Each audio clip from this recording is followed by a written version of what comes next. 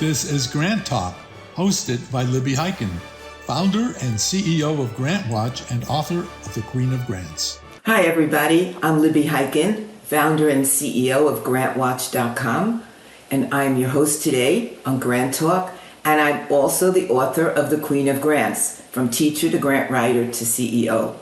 I'm here today to introduce you to the city manager and the fire chief of the City of Denison in Iowa. And Jessica Garcia, welcome. And Chief Cory Snowgren, welcome as well. We're very happy to have you here. Both of them have been working on grants and projects that they found on GrantWatch, and they've been successful. And I wanted you to meet them and hear about their story. So Jessica, welcome, and tell us, how long are you on GrantWatch? I've been in my role for a little over 3 years, and Cory, you've been with Denison for 15 years. And we were trying to come up with a date on how long we've been with GrantWatch, and it pretty much started with Cory and looking at opportunities for grants and, where was one location that we could go to search for multiple opportunities. So it's been several years that we've been members of GrantWatch, but pinning it down to a specific amount of time was a little difficult for us to find in our software. Well, thank you so much. Thank you for believing in us. And now we believe in you. So, Cory, how did you come upon my website? Do you know? I honestly don't remember. I think it was referred to me through the state fire marshal's office. I think that's where I first noticed it. And then from there, it was either something I paid for the first few years, and then it's been something the City of Denison has paid for 4 years maybe now. So when I looked at my research of your organization, I found out that you won 2 grants recently, the Working Here Fund grant program and the Farm Credit Services of America. So tell me about that. I'm going to let Cory speak to the Farm Services Credit Grant, for the pure fact that it was a grant that was used to purchase some equipment that's very instrumental to the fire department and came shortly after a tragedy in our county. So, Cory, if you want to talk about that grant. Several years ago, there was one of the Crawford County residents was killed in a grain bin incident. And after that incident, a couple of fire departments in the county took it upon themselves to put together the resources so that we could better respond to those types of incidents. And a lot of people had donated for that. And our input, we opted to go the grant route, and we were able to get one from Farm Credit Services for $5,000 to go towards grain bin rescue equipment. So that $5,000 has gone a long way in saving lives. Knock on wood. Yep. I hope we never have to use it, but if we do, we got it. And the grant that we received for that grain bin rescue equipment was the final amount that we needed to make a purchase for the equipment. So, one thing that we do look at in the City of Denison when we're looking for grants, we make sure that we have a project that will specifically benefit from that grant. And then if we're able to complete that project or complete what we needed with that grant, we are of the mindset that there's a lot of communities and a lot of places that will benefit from grants that are out there. So, we want to apply just for what we need and then make sure that there's still monies available for other communities because, everybody is looking for grants right now to make projects successful. And the funding source is always looking for a project that impacts community. That's what they want. They don't want something that's just your operational budget, unless they have a grant for operational budget, right? They want something that's impactful, and rescue equipment is very impactful. And yes, hopefully no one is going to need it. But let's get to your grant writing process? How do you approach it? So we approach it from a few different facets. Before I started in this position, I actually was on city council, and Cory was determined to be the grant writer for the city because he was able to research, find, write. And then in my position on city council, if there was a grant I could help with, I helped with it. But the first thing we do is the search process. And one of the things that I'm sure you're aware of before you founded GrantWatch is in order to find a grant, it can be a very cumbersome process to try to find those grants that specifically fit within that niche of what you're looking for.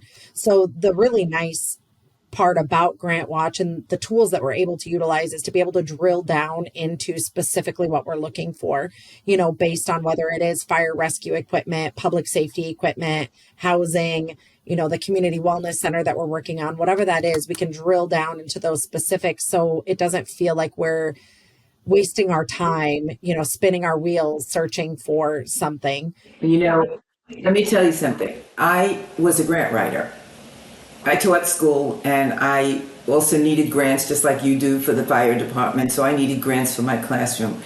So I experienced everything, and then I created GrantWatch when I retired from teaching. So here it is. GrantWatch is a website where the person that created it understood, the pain of grant writers and grant seekers. You have all these competitors coming out, and they're young whippersnappers who've never written a grant, and it's just not the same. It's just, your family. I understand you, you understand me. And that's what we try to do here.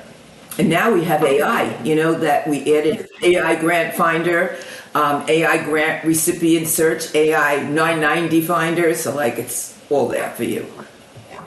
Well, and also I think which is wonderful, and the tools that we have really help you find the grants that are going to fit you, because nothing is more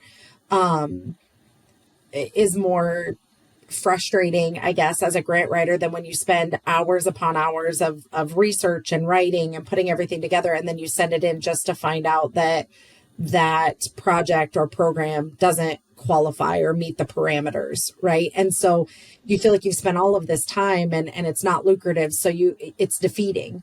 And so a lot of people will give up, and that is one of the true positives about the tool of GrantWatch, is being able to make sure that your project, program, or equipment qualifies before you spend the time, working on that grant. So once we find the grants that we know meet our programs and what we need, we start the process of gathering all the necessary or pertinent information about our organization or about what we need, fine tune that, and get all those specifics all put together, and then spend however long it takes in front of the computer, doing the work and sending it off.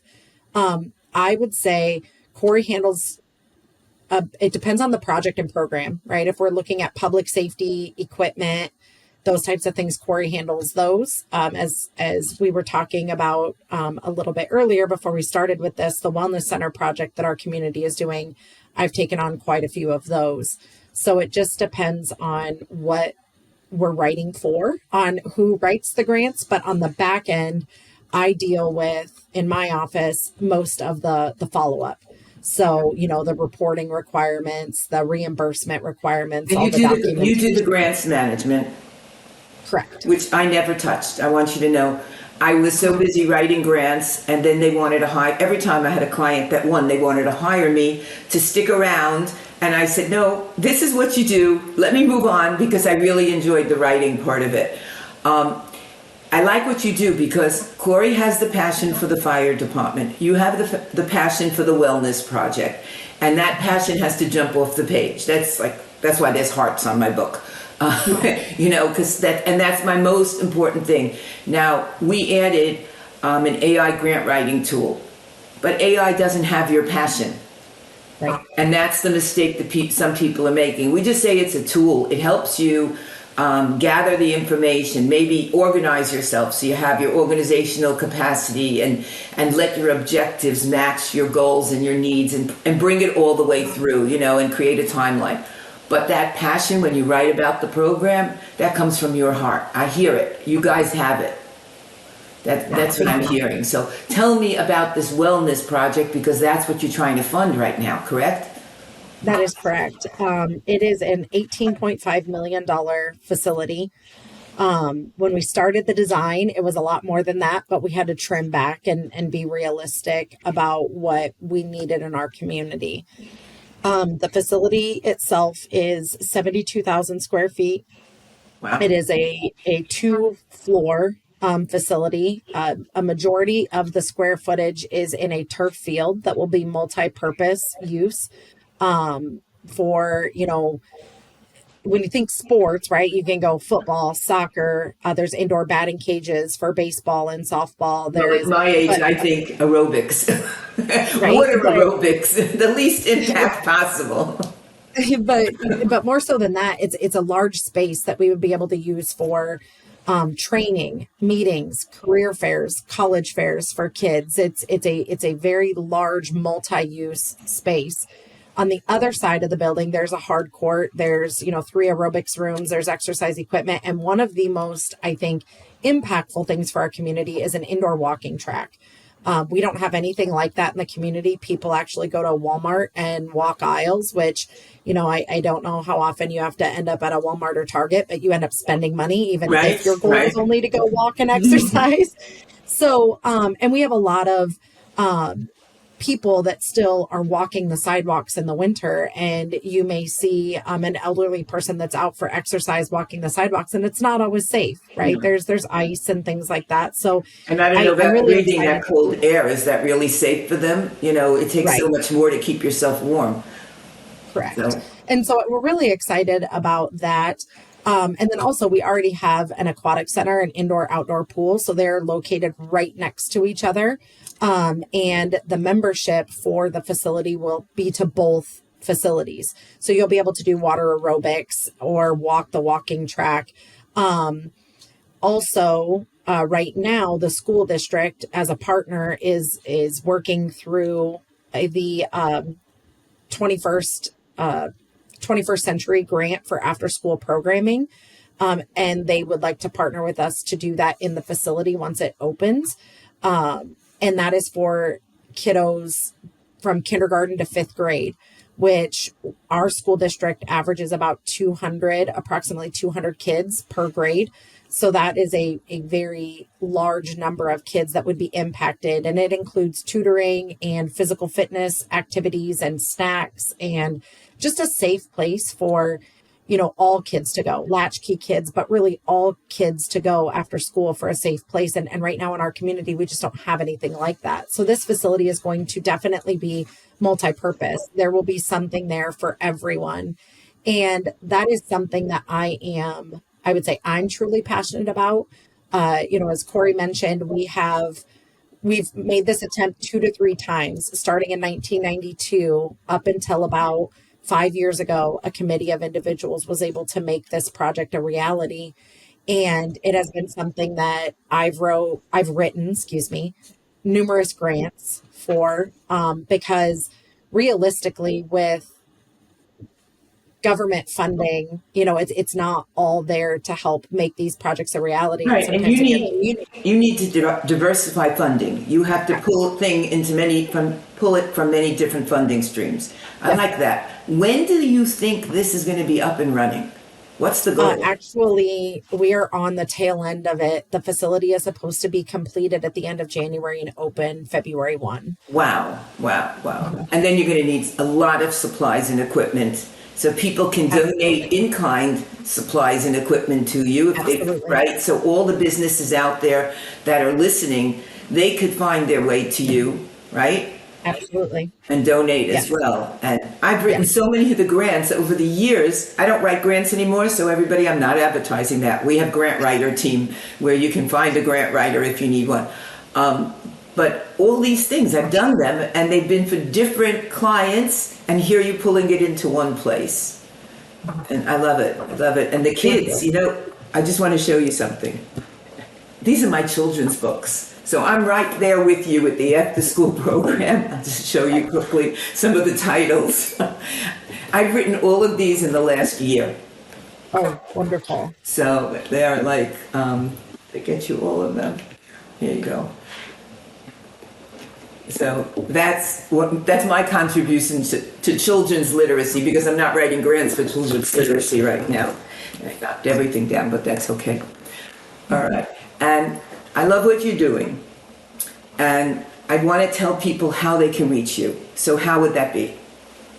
Yeah, they can reach me by email, which is citymanager@Denison, so DENISONIA.com.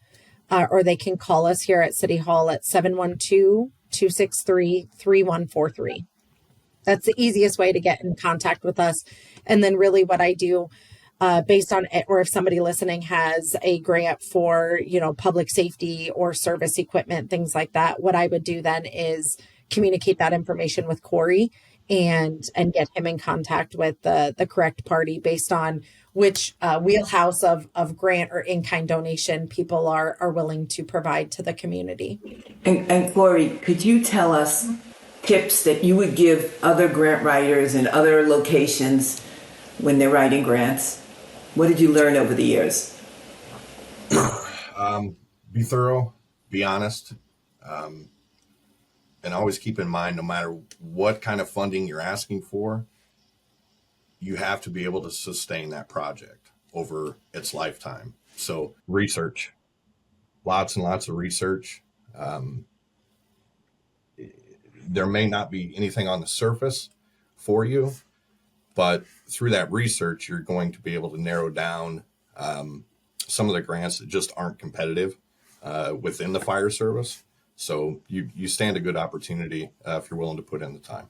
Well, and through doing research, what's been wonderful is even when Cory finds a grant that may not work for the fire department, but he has a finger on the pulse of what is going on in every department. He is really good about sharing those grants, with our Parks and Rec department or other departments that say, hey, in doing my research, I was able to locate these other aspects, and it's definitely down the road that you're going. So we've been successful in locating items, not just for the fire department or the wellness center, but for other aspects of our community as well, just by doing the research. And when I hear what you're going to do at the wellness center, we have 61 grant categories, and I see you going into each one because you have so many different facets to your program.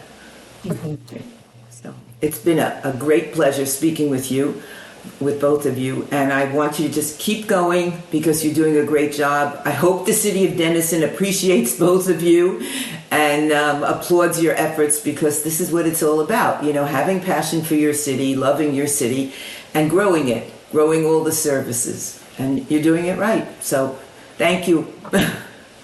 And thank you for having us, and thank you for the work that you did on developing such a wonderful site, it especially in city government with budgets being as fickle as they are, they can go one way or another from one year to the next. Having a service like this where you can locate what you need all in one place and get the assistance and, be able to really go from start to finish on a project through the research, the writing, and, the follow-up.